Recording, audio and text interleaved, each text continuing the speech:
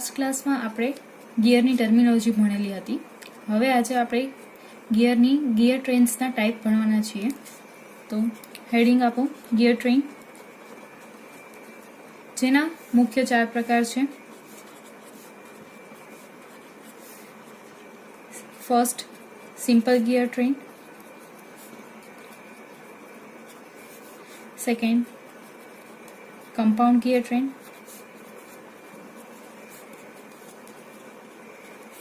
Third, reverted gear train.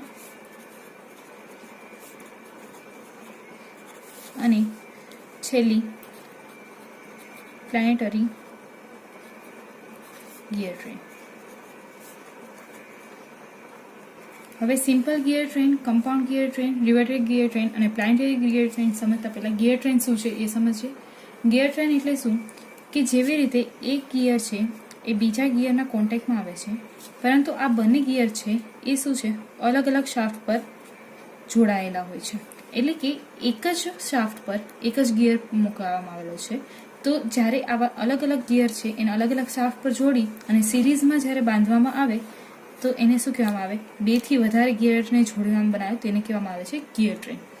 હવે simple gear train એટલે શું કે જે તમે એક જ શાફ્ટ પર એક જ ગિયર મૂકો છો તે શેમાં આવી જશે, સિમ્પલ ગિયર ટ્રેનમાં આવી જશે. જ્યારે કમ્પાઉન્ડ ગિયર ટ્રેન છે એટલે શું કે એક શાફ્ટ ઉપર તમે 2 વધારે મૂકી શકો છો, એટલે કે 2 ગિયરનો પ્લેસ કરો છો. જેમ કે અહીંયા 1, 2 અને 3. અહીંયા તમે જોઈ શકો છો આ બીજા નંબરનો શાફ્ટ છે, એના પર આ 1 અને આ 2 ગિયર જોડાયેલા છે. આ શેમાં આવી જશે, આપણે કમ્પાઉન્ડ ગિયર ટ્રેનમાં આવી જશે. હવે આપણે જઈએ રિવર્ટેડ ગિયર ટ્રેનમાં. રિવર્ટેડ ગિયર ટ્રેન એટલે શું, તેમાં બી એક કરતાં વધુ છે ગિયર જોડાયેલા હશે, પરંતુ એમાં જે નાનકડો ગિયર છે એ બી મોશન ટ્રાન્સફર કરવા માટે ઉપયોગી બનશે. હવે તમે અહીંયા જોઈ શકો છો કે રિવર્ટેડ ગિયર ટ્રેનમાં આપણે શું કર્યું કે એક ગિયર છે એની અંદર બીજો ગિયર રાખ્યો છે.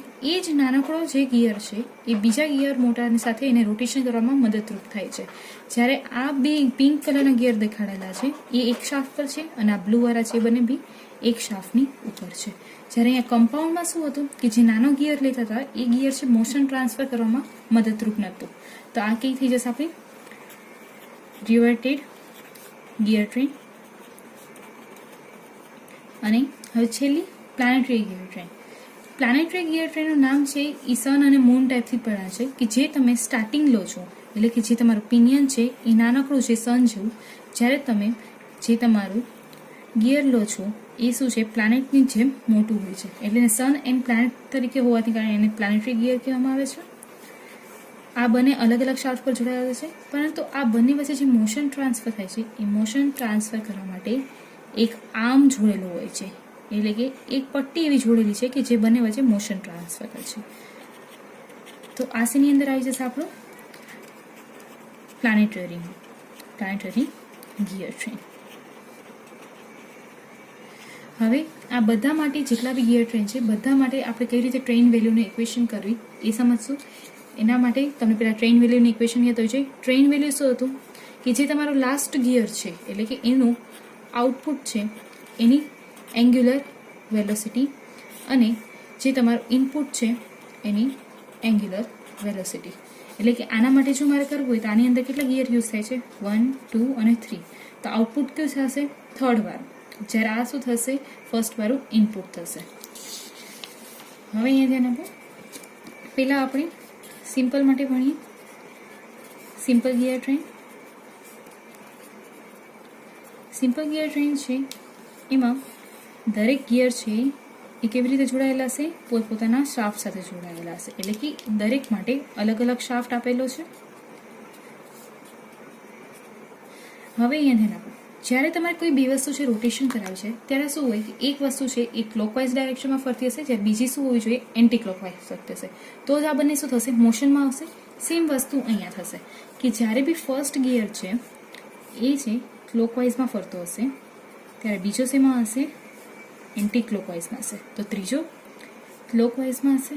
એનો મતલબ શું થયો જ્યારે બી તમે ઓડ નંબર ઓફ ગિયર્સ લેશો, જેમ કે 1, 3, 5, તો ત્યારે એ હંમેશા તમારું જે મોશન છે એ ઇનપુટનું હશે, એ શું થઈ જશે, તમારું આઉટપુટ મોશન થઈ જશે. એટલે કે ક્લોકવાઇઝનું ક્લોકવાઇઝ સમય આવી ગયો.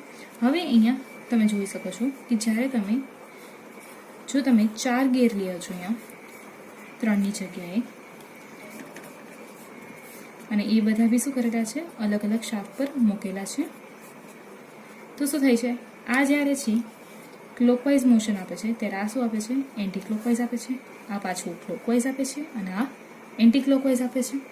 તો અહીંયા શું થાય છે, ક્લોકવાઇઝ, કાઉન્ટર ક્લોકવાઇઝ, ક્લોકવાઇઝ ઓર કાઉન્ટર ક્લોકવાઇઝ. એનો મતલબ શું કે જ્યારે તમે ઇવન નંબર લો છો, ઇવન નંબર એટલે 2, 4, 6 ગમે ત્યારે લો છો, ત્યારે શું થશે, મોશન છે એ રિપીટ નથી થતું. એના મતલબ કે ઇનપુટમાં તમે જે મોશન આપ્યું છે it's not equal to same as a output motion. હવે આના માટે આપણે ટ્રેન વેલ્યુનું ઇક્વેશન લખવું હોય તો તમે લોકો કઈ રીતે લખી શકો. ફર્સ્ટ માટે જ્યારે તમારી પાસે ઓડ નંબર છે તો ટ્રેન વેલ્યુ અહીંયા આઉટપુટ તરીકે કોણ છે, તો ગિયર 3 છે, એની એંગ્યુલર સ્પીડને શેનાથી દર્શાવવામાં આવે, ઓમેગાથી. ઓમેગા ગિયર 3 છે એટલે અહીંયા 3. અને ઇનપુટ કોણ છે, તો કે ફર્સ્ટ, તો એનું એંગ્યુલર સ્પીડને ઓમેગા, અને ફર્સ્ટ થઈ ગયો. સેમ વસ્તુ આના માટે મારે લખવી છે, તો આના માટે હું શું લખી શકીશ, તમારે અહીંયા train value is equal to output તરીકે લાસ્ટ કોણ છે, તો ફોર્થ વાળું છે ગિયર, તો એ શું આવશે, ઓમેગા 4 ના છેદમાં ઇનપુટ કોણ છે 1, તો આવશે ઓમેગા 1. હવે જ્યારે બી તમે લોકોએ સ્પીડ રેશિયો કર્યો તો એ સમયે મેં તમને શીખવાડ્યું હતું કે ટ્રેન વેલ્યુ છે એ જ્યારે બી આઉટપુટ દેખાડે છે ઓફ એંગ્યુલર સ્પીડ અને ઇનપુટ ઓફ એંગ્યુલર સ્પીડ, એ જ સમયે જે ગિયરના ટીથ આવેલા છે એ ટીથ શું દેખાડે છે, એના કરતાં ઊંધું વસ્તુ દેખાડે છે. એટલે કે input gear teeth number upon શું થશે, આઉટપુટ ગિયર ટીથ નંબર. હવે આના માટે ઇક્વેશન લખવી હોય તો આપણે શું લખી શકીએ કે ઓમેગા 4 જે છે બરાબર, એ કોના દ્વારા ચાલે છે, તો ઓમેગા 3 દ્વારા. ઓમેગા 3 છે કોના દ્વારા ચાલે છે, તો ઓમેગા 2 દ્વારા. તો આના માટે હું આવી રીતે બી લખી શકું કે ઓમેગા 4 છે એ કોની સાથે કનેક્ટેડ છે, તો કે ઓમેગા 3 સાથે. ઓમેગા 3 છે કોની સાથે કનેક્ટેડ છે, તો કે ઓમેગા 2 સાથે. અને ઓમેગા 2 છે કોની સાથે કનેક્ટેડ છે, તો કે ઓમેગા 1 સાથે. તો અહીંયા આવી રીતે આવી ગયું. પણ આને હવે મારે કેમાં ચેન્જ કરવા છે, ટીથમાં, કારણ કે આપણે ટીથમાં આન્સર જોઈએ છે. તો આને ટીથમાં કન્વર્ટ કઈ રીતે કરશો, આના કરતાં ઉલટું. હવે આ જ્યારે ઉલટું કરવા જાઓ છો ત્યારે એક વસ્તુ યાદ રાખવાની છે, આ બંને ગિયર છે કઈ રીતે કોન્ટેક્ટમાં છે, તો કે એક્સટર્નલી કોન્ટેક્ટમાં. જ્યારે બી એક્સટર્નલી કોન્ટેક્ટમાં છે ત્યારે તમે ટીથનો રેશિયો કરશો તે શું થશે, નેગેટિવ થશે. જો ઇન્ટરનલી કોન્ટેક્ટમાં છે તો તમે ગિયરનો રેશિયો કરો છો એ શું થશે, પોઝિટિવ. તો અહીંયા બંને શું છે, એક્સટર્નલી છે. તો આ બંને માટે મેં લખું તો શું થઈ જશે, T3/T4, એટલે કે ટીથ થતું તો ઉલટું થઈ ગયું, અને પાછું એક્સટર્નલી છે એટલે શું થઈ ગયું, નેગેટિવ. ઇન્ટુ આ બંને જો ઓમેગા 2 ને ઓમેગા 3 એ બી એક્સટર્નલી છે, એનું ઉલટું કશું શું થશે, T2 નંબર ઓફ ટીથ ના છેદમાં T3, પણ આ બંને બી એક્સટર્નલ છે તો શું થશે, નેગેટિવ. પાછું અહીંયા જુઓ, અહીંયા શું થશે, ઓમેગા 2 ને ઓમેગા 1 એ બંને બી શું છે, એક્સટર્નલી કોન્ટેક્ટમાં છે, એનું બી ઉલટું T1/T2 એ બી શું થશે. હવે અહીંયા જુઓ માઇનસ માઇનસ શું થઈ જશે, પ્લસ પ્લસ ઇન્ટુ માઇનસ પાછું થશે તો શું થઈ જશે, માઇનસ.